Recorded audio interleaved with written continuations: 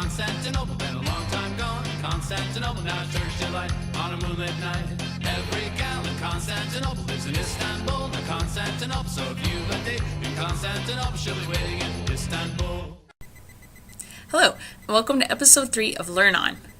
In case you didn't see episode 1 and 2, or if you just forgot, my brother Parker, our friend GW, and I decided to create video blogs for each other, a la Hank and John Green, who are also known as the Vlog Brothers and the Nerd Fighters. Guess you check them out. So, hello Parker, GW, random people. I was pretty pumped about the first 2 videos, and I was really tempted to blow everything off that actually related to school to work on this video, but I resisted. Sort of. Anyways, today we've got a topic that I pulled out of thin hair. Air. The history and mystery of the French Foreign Legion. Like a rather surprising number of things, my first encounter with a reference from the French Foreign Legion came from an old Archie comic.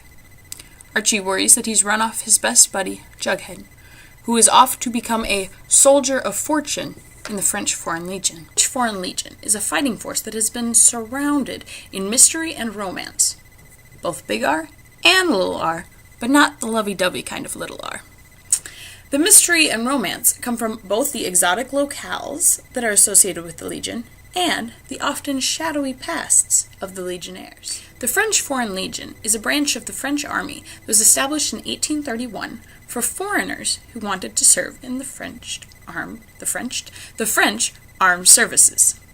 Now, at least to me, it seems pretty bizarre to think of joining another country's army and fighting for causes that are not my own, especially given the extra tough conditions and paltry pay that the Legion is famous for. However, plenty of people signed up. The initial people in the Legion were refugees, criminals, and various others who had a sketchy past or something to be running away from. King Louis Philippe needed an army for France's various colonial involvements, and there happened to be a bunch of disruptive young men wandering the streets of France. So initially, as cold as it was, the government wanted a disposable army, and they had foreigners they wanted to dispose of. Eventually, the Legion attracted dreamers and adventurers, but to this day, it maintains a reputation as being a place for people trying to escape their past and forge a new life. A side note is that post-World War II, some Nazi soldiers and SS guards even joined.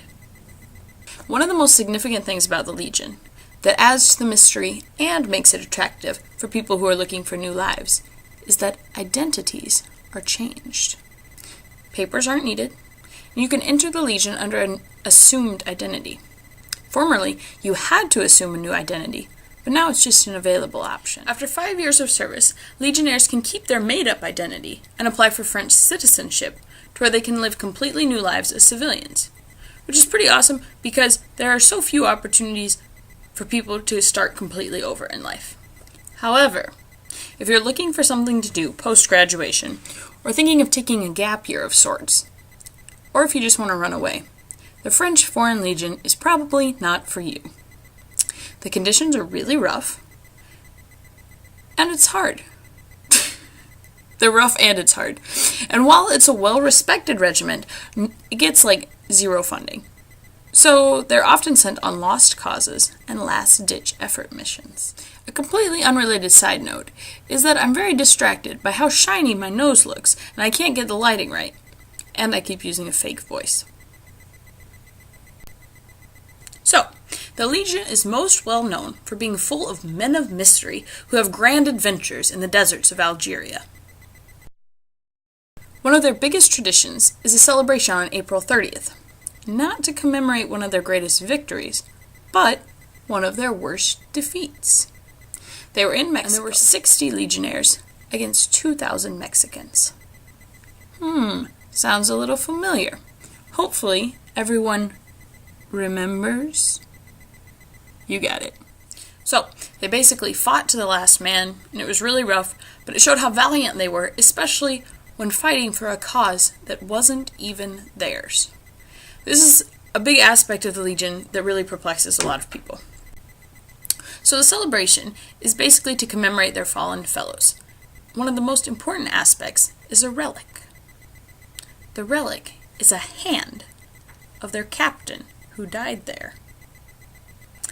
That's made only slightly less weird by the fact that it's not the actual hand. The captain had a wooden hand, and after his death, it was salvaged. But it's still pretty weird, because once a year, they bring it out and practically worship it. Currently, there are 7,699 men in the Legion. Women aren't allowed. And they hail from 136 different countries.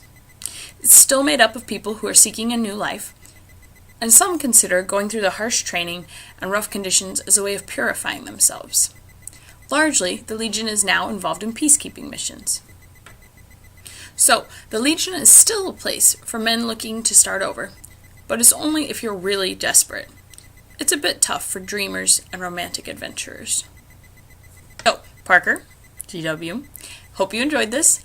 Also hope you're not getting any crazy ideas about running away.